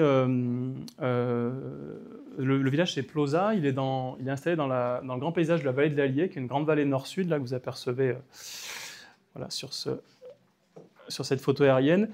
C'est un village qui est à côté de Clermont, donc c'est dans l'ère d'influence métropolitaine. On va dire les gens, c'est un village dortoir, c'est-à-dire en gros les gens travaillent à Clermont ou dans la métropole et puis prennent l'autoroute pour aller habiter dans ce village. Il faut à peu près 20 minutes, une demi-heure en voiture. Voilà, et donc c'est un village assez classique, c'est-à-dire que plutôt bien placé dans le jeu métropolitain, et donc qui s'est développé au XXe siècle selon les classiques, hein, c'est-à-dire avec des zones pavillonnaires successives autour d'un centre ancien peu à peu abandonné. Avec une situation particulière, c'est que le centre ancien de ce village, c'est ce qu'on appelle un fort villageois. Un fort villageois, c'est un ensemble d'habitations construites au Moyen-Âge, agglutinées les unes à côté des autres pour tenir lieu de fortifications. C'est-à-dire, en gros, on serrait beaucoup les constructions et ça évitait de payer les fortifications. Voilà. Alors, évidemment, ce qui était extrêmement efficace au Moyen-Âge pour se défendre des ennemis, évidemment, l'est beaucoup moins pour habiter au XXe et au XXIe siècle. Et donc, pendant tout le XXe siècle, tout ce patrimoine médiéval, donc très ancien, plutôt bien construit d'ailleurs, mais très ancien, en fait, c'est fortement dégradé, a été peu à peu abandonné, et donc voilà, les toitures sont dégradées. Du coup, une fois que les toitures étaient pourries, l'eau est rentrée dans les murs, et donc voilà, on hérite globalement de ruines qui donc, vous voyez, sont en gros, on va dire, toute cette zone-là. On aperçoit le clocher de l'église, la mairie qui était dans le château du 19e, mais globalement toute la partie médiévale est ici. Alors je vous parle de ce projet parce qu'on est vraiment dans l'idée d'un projet de processus, hein. On est à la rencontre, on est à l'articulation entre les projets urbains et le projet architectural et les projets d'espace public. Et voilà, c'est aussi, je vous montre ce projet parce que ça illustre pas mal les manières d'aborder notre métier de l'agence bien sûr, mais plus généralement de ce qu'on appelle l'école clermontoise. C'est-à-dire, comme l'a dit Antoine, où il n'y a pas on ne fait pas de différence entre le projet urbain et le projet architectural, pour le dire simplement. Le point de départ de cette étude, c'est qu'on est appelé pour faire une petite faisabilité pour quelques milliers d'euros à propos de ce bâtiment-là, qui de l'extérieur, vous voyez, ressemblait à ça, à l'époque, il y a 10 ans, et donc qui n'était pas terrible, et en mauvais état. Et puis, quand on est rentré à l'intérieur, on s'est aperçu qu'en fait, ça c'est la cave basse, et ça c'est la cave haute. C'était des caves au Moyen-Âge pour entreposer le vin, qui sont restées longtemps, jusqu'au début du XXe siècle, des caves. Et voilà, donc l'idée du conseil municipal au départ, c'était de raser le bâtiment, hein, qui avait, en fait, l'hiver précédent, il y avait des voûtes croisées, là, vous voyez, ce truc-là qui s'était effondré. Et donc, il s'était dit, on attendait que ça, donc maintenant, on va pouvoir le raser, faire un parking, quoi, bien sûr. Voilà, donc le maire, qui était un tout petit peu plus au fait de la situation, et l'église étant classée, a dit à ses collègues, écoutez, on pourrait le raser effectivement, mais je ne suis pas sûr que l'ABF soit d'accord. Effectivement, elle n'était pas d'accord. Et donc, ils nous ont demandé, ils nous ont dit, qu'est-ce qu'on peut faire de ce truc-là, quoi. Donc comme la BF leur avait dit qu'il fallait le réhabiliter parfaitement, voilà, ils allaient faire des devis, différents devis, notamment un devis pour reconstruire la voûte qui était effondrée à l'arrière. Et, pardon, je sais pas si on la voit plus tard. J'arrive. Je voulais vous la montrer, mais je vous la montrerai tout à l'heure, c'est pas grave. Et donc, en fait, nous, on a dit, on a pris les devis qui étaient réalisés par les entreprises du patrimoine pour refaire une voûte du Moyen-Âge, c'est assez compliqué, quoi, à l'identique. Et avec cet argent-là, en fait, on a dit, on n'a pas, si on refait la voûte, on aura dépensé 150 000 € et on n'aura rien, puisqu'en fait, les autres voûtes vont s'effondrer, en réalité. Et donc, on a pris ces 150 000 € et on a dit, avec ça, en fait, on va faire une grande ceinture en béton qui va retenir le bâtiment, une toiture qui va protéger le bâtiment, et la voûte qui est effondrée, en fait, on va juste la laisser effondrer, et on va reconstruire juste une poutre en béton qui permet de tenir le toit, et laisser finalement cette trace, c'était la photo de l'affiche là, que vous avez peut-être vue. Et de ce bâtiment-là, en réalité, on va plutôt en faire... alors on a eu différentes hypothèses, mais on a fini par dire que ça deviendrait ce qu'on a appelé une salle des fêtes d'été. C'est-à-dire, c'est quoi une salle des fêtes d'été ? C'est juste un truc, une salle des fêtes où on n'a pas les moyens de mettre du chauffage, des fenêtres et d'électricité, quoi. Voilà. Et l'argent, on l'a utilisé donc pour refaire le toit entièrement. Et puis, il y avait tout un bazar devant, où il y a des espèces de contreforts, mais qui étaient récents, qui avaient été construits pour empêcher le bâtiment de s'effondrer. Et en fait, comme on a refabriqué une ceinture sur le bâtiment, refait la toiture, en fait, on a démoli les espèces de bouts qui étaient devant, là, que je vous ai montré tout à l'heure, qui étaient là. Et à la place, on a reconstruit une petite cour anglaise, puisqu'en fait, on a découvert qu'il y avait une cave qui était là, et donc on n'avait pas les moyens de refaire la voûte de la cave qui était effondrée, donc on a dit, si on n'a pas les moyens, on n'a qu'à garder les murs, plus ou moins, et on ne va pas refaire la voûte, donc on va juste faire une petite cour qui, du coup, nous a permis de rendre accessible la partie basse, la cave basse, voilà, cette partie-là. Et puis, sur le devant, il nous restait quelques milliers d'euros, et donc on s'est dit, en fait, on a fait cet objet-là, qui est une espèce d'objet un peu compliqué, où il y a une géométrie complexe en béton, colorée, en jaune. Et notre idée, c'était de dire, on ne peut pas faire grand-chose, mais on a besoin quand même d'accéder, quoi. Donc, en gros, on a besoin de faire un escalier pour descendre, un escalier pour monter. Et on va en faire une sorte de symbole, vous voyez, un peu comme on dirait une sorte de... presque une intervention artistique, ouais, comme si on avait mis une sculpture de Jeff Koons, mais bon, on n'avait pas les moyens, vous avez vu, donc on a plutôt fait autre chose, avec moins d'ambition, bien sûr. Mais c'est pour ça que cet objet, il est assez compliqué, puis qu'il est étrange parce qu'il est coloré. Alors ça, c'est compliqué d'expliquer ça à la BF, mais on a fini par y arriver. Et vous voyez, on a installé ce truc-là dans cette situation, c'est-à-dire une situation globalement de ruine, quoi. Voilà. Bon, c'était pas évident de faire comprendre ça à tout le monde, mais ça a plutôt marché. Et avec cette idée que tout ce qu'on faisait, les toutes petites choses qu'on faisait, on les faisait de manière extrêmement précieuse, quoi. Vous voyez, on n'avait pas les moyens de refaire la génoise. Les génoises, c'est les dessus de murs médiévaux qui sont constitués d'un ensemble de tuiles posées les unes sur les autres en encorbellement qui protègent la façade. Bon, ça, en fait, ça coûte cher à fabriquer, surtout quand vous avez une tête de façade, vous voyez, qui est comme... Pardon. Voilà, qui est comme vous la voyez là, c'est-à-dire très, très endommagée.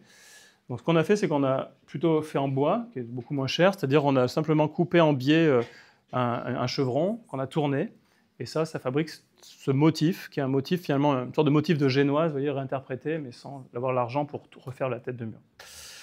Et à l'intérieur, on n'a pas fait grand-chose, on a juste mis ces espèces de lampes là, c'est le plombier du village qui a juste tordu des morceaux de cuivre, une ampoule Ikea, et puis voilà. Et à l'arrière, voilà ce que je vous disais, c'est-à-dire qu'on a fait croire à la BF qu'on faisait un renfort en béton provisoire, qui va être provisoire assez longtemps, d'après moi. Voilà, et en gardant, si vous voulez, la trace finalement de la voûte effondrée, quoi. Voilà. C'est cette image-là. Voilà, donc voilà, on a juste fait le tour en béton, on n'a pas du tout reconstruit la voûte, puisqu'on avait dépensé l'argent pour faire tout le reste que je vous ai dit, bien sûr. Voilà. Donc ce lieu, il a été utilisé... l'état, c'était ça, hein, c'est-à-dire à la fin, il nous restait, je crois, 1 000 €. On a juste demandé aux maçons d'étaler, vous voyez, un petit peu de cailloux pour qu'on puisse passer sans qu'il y ait trop d'orties, quoi. Mais on n'avait pas du tout plus d'argent que ça. Mais en fait, alors, ça a plutôt bien marché. Alors, vous voyez, des études de ce type-là dans des villages, on en a fait peut-être 20 depuis que l'agence existe. Ça marche quand même pas souvent. Voilà, c'est-à-dire on se dit, on va faire ça, ça va faire ci. Si on transforme ce truc-là, il y a un commerce qui va s'installer, ça va être cool. Bon, ça, c'est ce qu'on se dit. On l'écrit, on fait des dessins et tout. Et puis souvent, ça marche pas, quoi. Voilà. Bon, là, ça a marché. C'est pas toujours le cas. Et notamment, ce qui a marché, c'est qu'en fait, les élus se sont mis un peu à utiliser ce lieu. Alors ça dure à peu près 2 ans cette phase, et il y a eu on va dire une quinzaine d'événements. Il y a eu des petits événements privés, genre apéro de mariage, des petits événements du village. Voilà, il y a eu le marché de Noël, une petite expo, enfin bref. C'était pas formidable. Ils s'en sont servis aussi. Tout à l'heure, vous avez vu les bancs là sur les images. Ils s'en sont servis d'atelier pendant un hiver. Ils ont réparé, enfin les employés municipaux ont réparé les bancs de l'église dans ce truc-là. Voilà. Bon, ça, je dis pas que ça a été utilisé tous les jours, mais pendant 2 ans, si vous voulez, il y a eu des utilisations et tout d'un coup, les gens qui sont venus là, ils se sont dit, tiens, c'est finalement, ce lieu, il est quand même assez beau, quoi. Ils n'étaient jamais rentrés pour la plupart. Pour eux, même, c'était un endroit dangereux, c'était fermé, on n'avait pas le droit. Et puis, il y a eu quelques petits événements. Et puis, il s'est passé ce qui se passe en général, c'est-à-dire que les gens, ils ont dit, c'est plutôt pas mal, mais par contre, ils ont dit aux élus, non, c'est dégueulasse par terre, quoi. Donc, il faudrait quand même faire un peu des trucs, quoi. Voilà. Et notamment, il y a eu un autre événement, c'est que vous apercevez au fond là-bas, là, en fait, ce passage était bouché depuis des dizaines d'années, et on a réussi à le passer. Enfin, c'était une partie publique, mais bon, c'était pas accessible. Et donc, il a été débouché, éclairé, et du coup, ça a permis de réinstaller aussi des passages entre une place qui avait été refaite quelques années avant, et vous voyez, la cave Marc, elle est là, et tous les équipements qui étaient en dessous, la mairie, l'école, le centre de loisirs.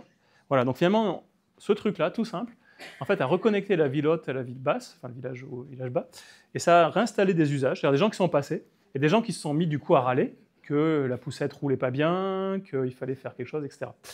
Bon, voilà, donc du coup, à ce moment-là, finalement, pris un peu dans un mouvement, le maire plutôt convaincu depuis le début, mais pas tout le monde dans le conseil municipal, en fait, ils ont réussi à retrouver un peu d'argent et enclencher la deuxième phase, qui était, au travers de subventions. Vous savez, l'économie des politiques publiques en territoire rural est quand même beaucoup appuyée sur les subventions.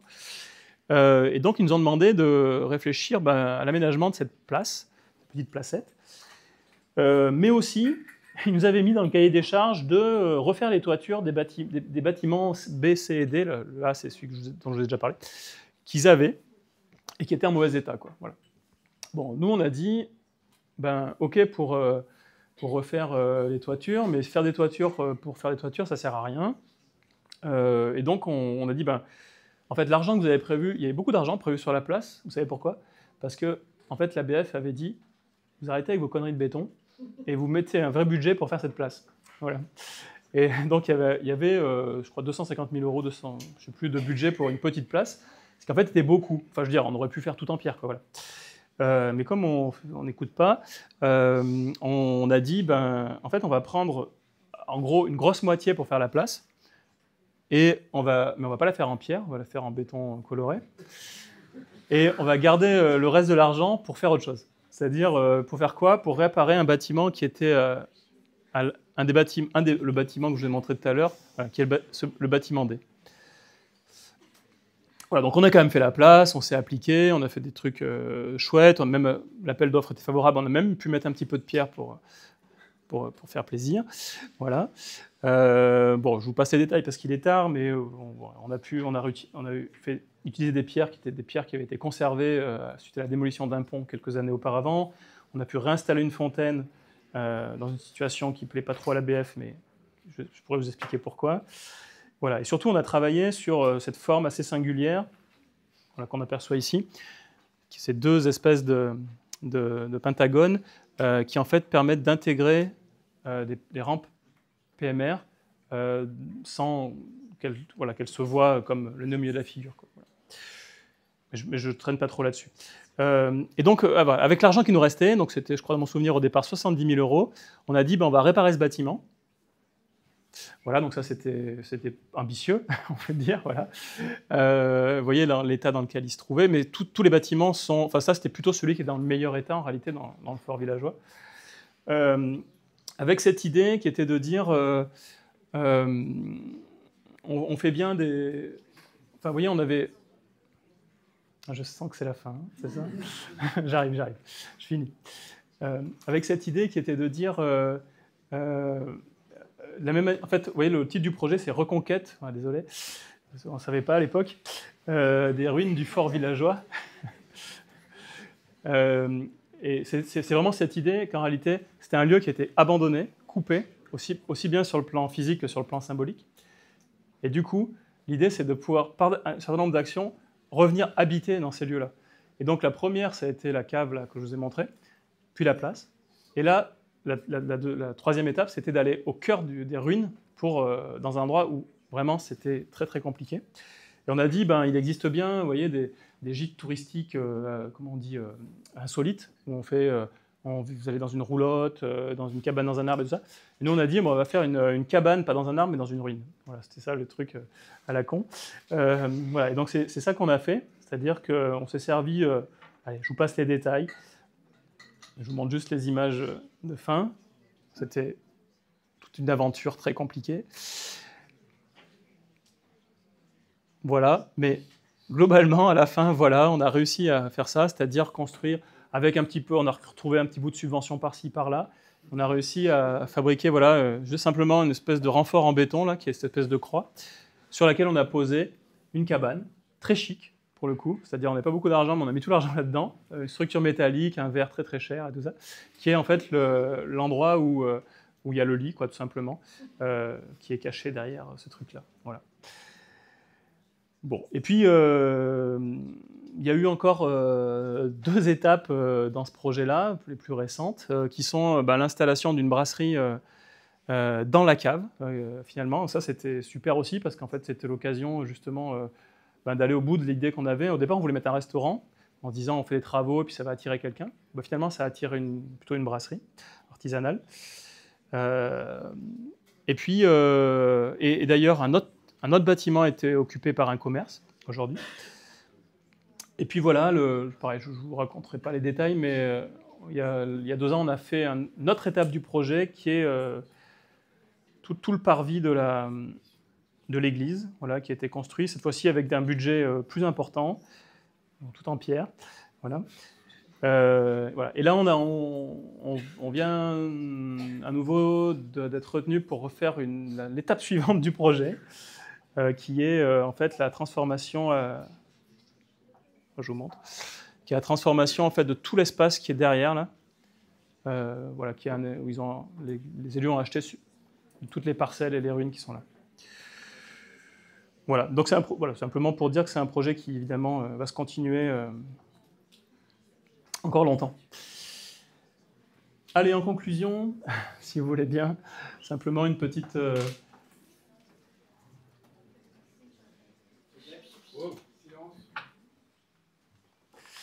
Bien.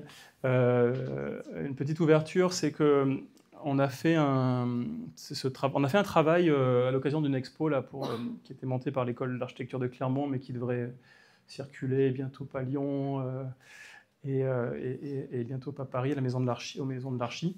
En fait, on a fait un travail, on a pris 14 projets d'habiter, plutôt du logement, de différentes tailles, enfin tout, vous voyez, le genre de projet que je vous ai montré.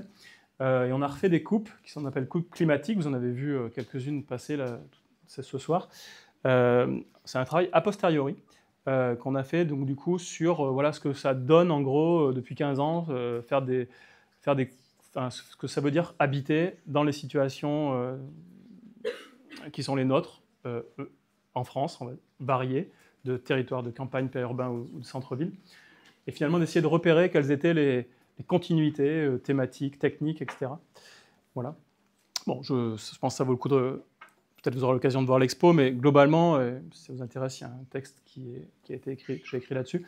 En fait, la grande tendance, et finalement ça paraît évident de le dire comme ça, mais en fait ça ne l'était pas tellement, c'est la question de l'épaisseur. Il y a, en fait, quand j'étais à peu près à votre âge, là, je me rappelle, enfin, à peine plus vieux peut-être, en master, il y avait, c'était le moment donc, des premières RT, et je me rappelle, il y avait un magazine qui s'appelait Technique et Architecture, qui a disparu depuis, qui titrait La fin de l'architecture, et sous-entendu, la RT 2005 va fabriquer des bouteilles thermostat. En gros, c'était l'idée, à ce moment-là, qu'on pensait que le fait d'isoler le bâtiment allait fabriquer des bâtiments lisses. Vous voyez ? Tout le monde disait, bah oui, c'est la fin des façades. On dit tout le temps ça, hein, vous savez. Et du coup, ce qu'on a noté, mais il y a plein d'autres trucs à dire, hein, mais ce qu'on a noté d'intéressant, c'est que finalement, une sorte, et on peut le dire comme ça aussi, un des luxes finalement de l'habiter, que ce soit à la campagne, dans les situations périurbaines ou dans les centres-villes, en fait, c'est cette notion d'épaisseur. Vous voyez, c'est finalement la question de l'épaisseur des façades. Alors, vous voyez, j'ai l'air de réinventer la poudre, alors qu'évidemment, c'est un truc qui traverse l'histoire de l'architecture, hein, cette histoire d'épaisseur. Mais je trouve que c'est intéressant de voir qu'on avait pensé, en réalité, et puis aussi, vous voyez, bercé par la fin du XXe siècle, les grands architectes, notamment le grand architecte français, plutôt, on va dire, qui était... qui allait plutôt dans un sens de... Aujourd'hui, on dirait techno-solutionniste, mais on peut dire à l'époque qui était simplement technologique, quoi.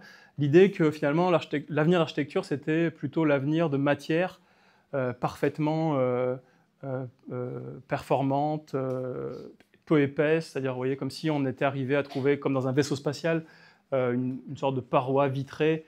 Il y a des gens qui cherchent encore ça, hein, qui serait à la fois parfaitement isolante, c'est-à-dire qui serait à la fois comme du verre, de la laine de bois et de la pierre, et qu'avec un truc comme ça, finalement, c'est l'idée de Guggenheim de Bilbao, par exemple, du titane, hein, je veux dire, même si c'est pas du tout ça, mais vous voyez, l'idée derrière ça. En fait, voilà, l'idée que l'architecture allait devenir un vaisseau spatial, et que donc, grâce à ça, on allait avoir finalement 1 centimètre de façade qui allait régler tous nos problèmes, quoi. Voilà. Bon, peut-être on verra, hein, peut-être c'est ce qui va arriver, mais pour l'instant, c'est pas le cas. Et en tout cas, ce qu'on constate de notre travail, mais finalement, on pourrait le faire de la plupart des architectes qui sont là, qui ont construit depuis quelques années, finalement, on voit bien que l'enjeu qui est encore présent continue, quoi, finalement, sur plusieurs années dans différents territoires. C'est plutôt celui de l'épaisseur, quoi. Voilà, vous apercevez sur ces dessins-là. Voilà, merci bien.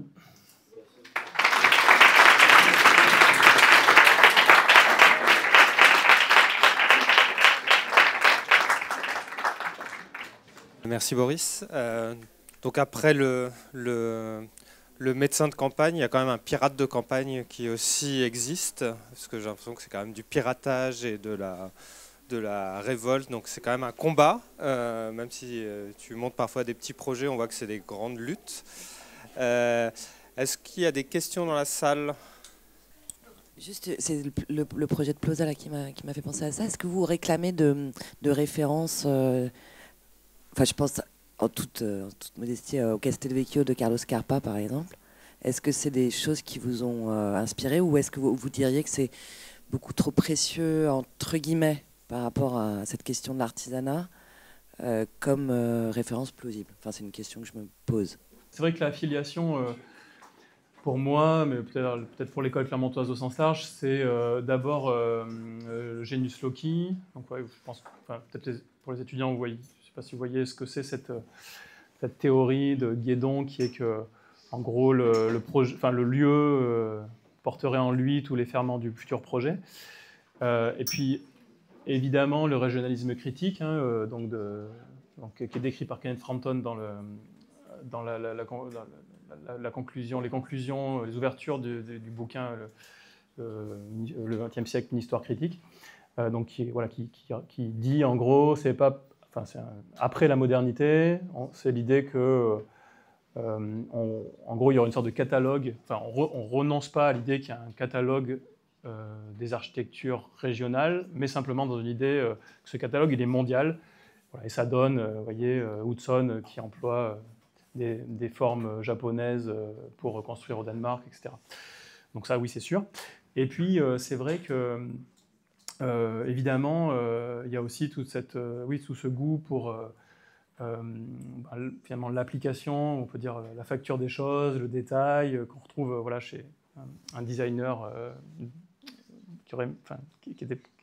qui exerçaient le métier d'architecte comme Scarpa.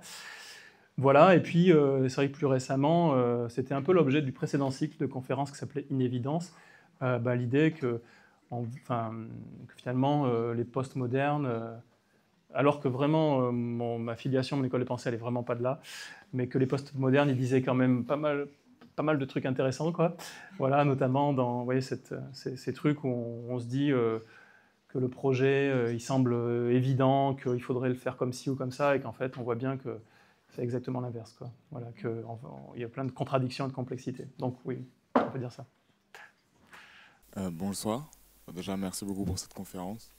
J'ai une question qui pourrait peut-être paraître un peu bête, mais quand on a l'habitude de travailler sur des projets avec de tout petits budgets, est-ce que quand justement on travaille sur des projets avec plus de budget, il y a cette contrainte de devoir l'utiliser ou d'avoir un projet qui coûte plus cher pour justifier justement l'utilisation du budget qui est accordé, ou au contraire, on construit de la même manière un projet à 15 000 euros qu'un projet à 15 millions d'euros, quoi. Si ça te va, Boris, j'enchaîne une deuxième question. Comme ça. Pas trop de rapport, mais c'est une petite question. Donc, vous avez parlé de collage technique sur un de vos premiers projets. Est-ce que vous n'avez pas quand même peur que ça puisse rendre le projet un peu moins, j'ai envie de dire, s'il y a une intervention future, à moins que vous laissiez beaucoup de documents en disant que bah non, ce mur-là, là c'est du parpaing, non là c'est du béton, alors là en fait c'est un ancien mur en briques et tout. Est-ce que ça rend pas le projet un peu moins facilement retravaillable? Pas évident la question, mais merci. Alors d'abord, le budget. Alors bien sûr, il faut préciser que quand on a des budgets, quand c'est 15 millions, c'est pas pour faire 150 mètres carrés, quoi. C'est-à-dire que on peut dire que ramener au coût au mètre carré, ça fait pas des grosses variations quand même. Ça, pour le dire simplement, on s'est jamais tellement retrouvé à devoir construire des projets, je sais pas comment on pourrait dire, mais extrêmement luxueux, quoi. Enfin, c'est-à-dire que globalement, l'échelle, elle est plutôt entre maximum du simple au double, ce qui est déjà beaucoup, hein, évidemment. C'est-à-dire que quand on gagne ou quand on doit faire 10% d'économie sur un projet de logement, c'est déjà très difficile. Voilà, donc globalement, on va dire que la question est un peu atténuée par cette situation-là, mais malgré tout, c'est vrai que la question se pose. Je dirais que on se complique un peu toujours la vie, c'est-à-dire qu'on a plutôt toujours tendance à dessiner des trucs qui coûtent beaucoup trop cher, globalement, parce que, je sais pas, on a quand même beaucoup de mal à renoncer à faire mieux, quoi, voilà, et qu'on se retrouve à devoir trouver des solutions pour que ça soit, que ce soit moins cher, quoi, et qu'on arrive à passer. Et il faut être, si je suis honnête, il faut reconnaître qu'il y a des projets qu'on a perdus, qui ont disparu, parce que on peut le dire comme ça, peut-être on avait mal calibré le rapport entre le projet et le budget, quoi. Voilà. Donc j'aurais du mal à dire est-ce que le jour où on aura un projet avec un budget absolument luxueux, mais j'ai le sentiment que ça ne va pas arriver. Voilà. Mais quelque part, oui, dans le projet de Ploza, quand on doit construire cette place et que finalement on a un budget où on se dit, finalement on a plutôt un peu trop, vous voyez, on trouve toujours des solutions pour dépenser l'argent, quoi. Voilà. Et effectivement, peut-être ça répond aussi à la question sur la référence de Scarpa, mais au pire, on va toujours trouver un truc, un petit bout à faire très cher, quoi. Voilà, mais pas très cher pour faire très cher, hein, mais très cher parce que il nous semble que, je sais pas, il y a un truc qui est que, vous voyez, on a un métier qui est, ce que je vous montre, ou ce que pourraient vous montrer vos profs de nos travaux, ou j'espère ce que vous allez faire, ce n'est qu'une petite partie de ce qui se passe dans le monde et en France en particulier. Et que, pour le dire autrement, en gros, ce qu'on vous montre, j'ai peur que ce soit quand même globalement des exceptions. Même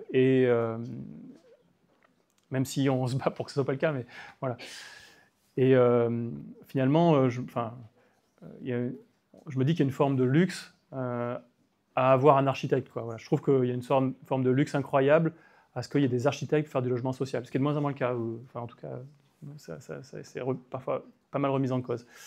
Et finalement, c'est pas seulement la question du coût de construction ou de savoir si on va réussir à construire en pierre, en terre ou si on n'aura que des parpaings, mais c'est quand même... voilà, avoir un architecte qui construit du logement, ça devient de plus en plus un luxe, quoi. Voilà. Et je crains que ça... Enfin, je ne vais pas faire un pessimiste. Voilà. Donc ça devient de plus en plus un luxe. Je m'arrête là. Alors, peut-être, ouais, il faut préciser... je crois que j'ai mis un truc pour parler de ça.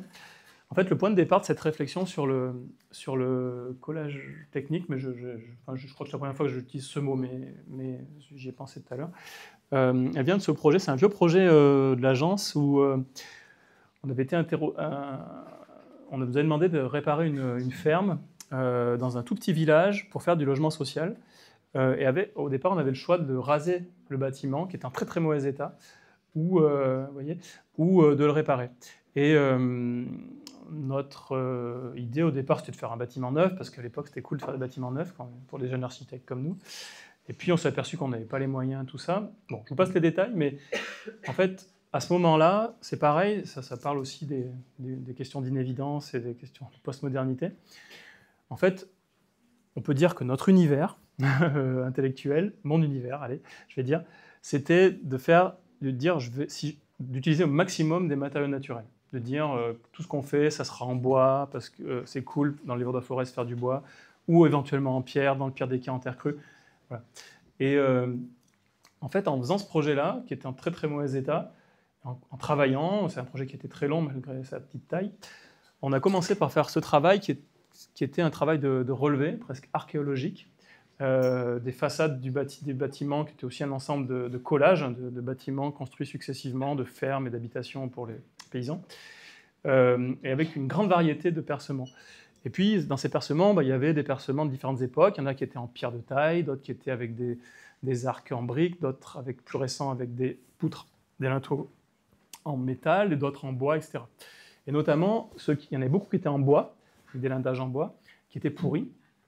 Et donc, à ce moment-là, il y avait quelque chose d'un peu étrange pour nous de refaire des lindages en bois pour réparer un bâtiment, alors qu'on avait des lindages en bois qui étaient pourris, quoi. Pas si vieux, quoi, moins, tu vois, quelques dizaines d'années. Et en fait, en réfléchissant, travaillant, y compris avec le petit bureau d'études avec lequel on travaillait, en discutant avec le maçon et tout, on s'est aperçu que l'univers technique qui était celui de la réhabilitation d'une grange dans un village, on va le dire autrement, si j'avais racheté ce bâtiment et que je voulais le réparer, j'aurais utilisé majoritairement du béton, voilà, pour le réparer, pour retenir les murs qui étaient en train de tomber, pour faire des cadres, etc. Et donc, on a découvert que l'univers vernaculaire, il n'était pas comme l'évidence l'aurait pensé en pierre ou en bois. En fait, l'évidence vernaculaire, c'est-à-dire au sens où si on est efficace sans trop y réfléchir d'un point de vue culturel ou esthétique, l'évidence, c'était de dire on construit en béton.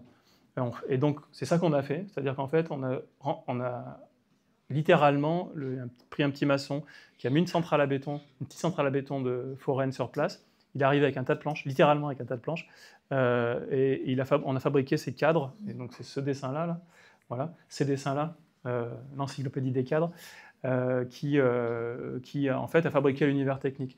Et donc on voit bien que le résultat, c'est ça, quoi, c'est vraiment des collages, on peut dire, je dis maintenant techniques, quoi, enfin des collages au sens des collages de techniques les unes à côté des autres, qui en fait racontent ça.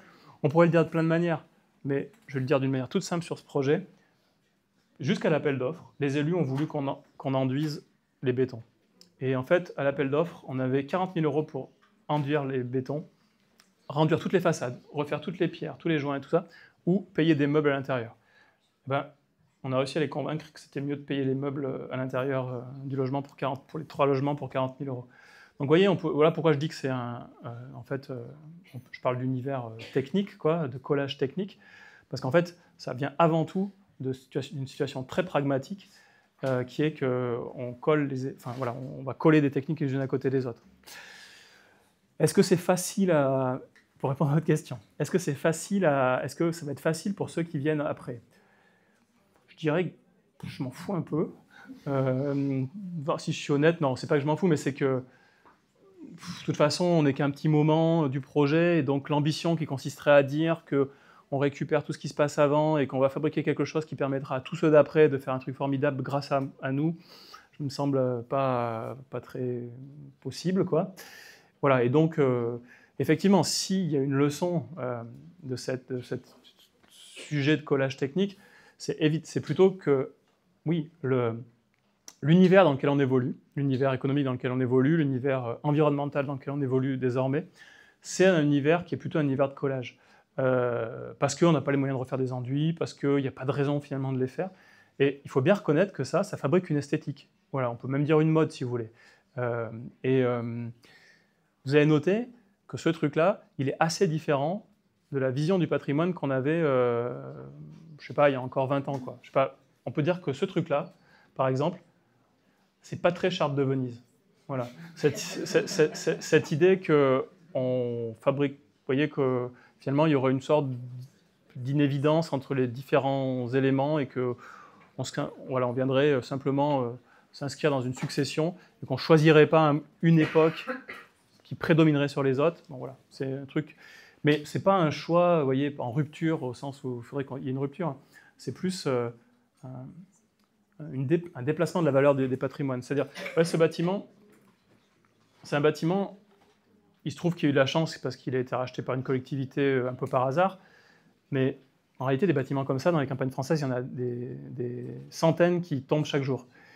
Et on ne peut pas dire autre chose que le fait qu'aujourd'hui, démolir un bâtiment et le reconstruire, ça coûte cher d'un point de vue environnemental, et ce fait-là déplace la question patrimoniale. C'est-à-dire que ce qui est patrimonial, c'est plus seulement ce qui est rare et vieux, comme c'est plutôt la valeur historique. En France, la valeur patrimoniale, elle est liée à ça, quoi. Plus c'est rare, plus c'est vieux, plus ça a de valeur patrimoniale. Aujourd'hui, on peut dire qu'il y a une sorte de lissage de la valeur patrimoniale qui fait que une boîte commerciale dans une zone artisanale, quelque part, elle a une valeur qui n'est pas si éloignée d'une église du XIe siècle. Voilà, pas si éloignée, hein, je dis. Voilà. Donc voilà, ça vient de là plutôt.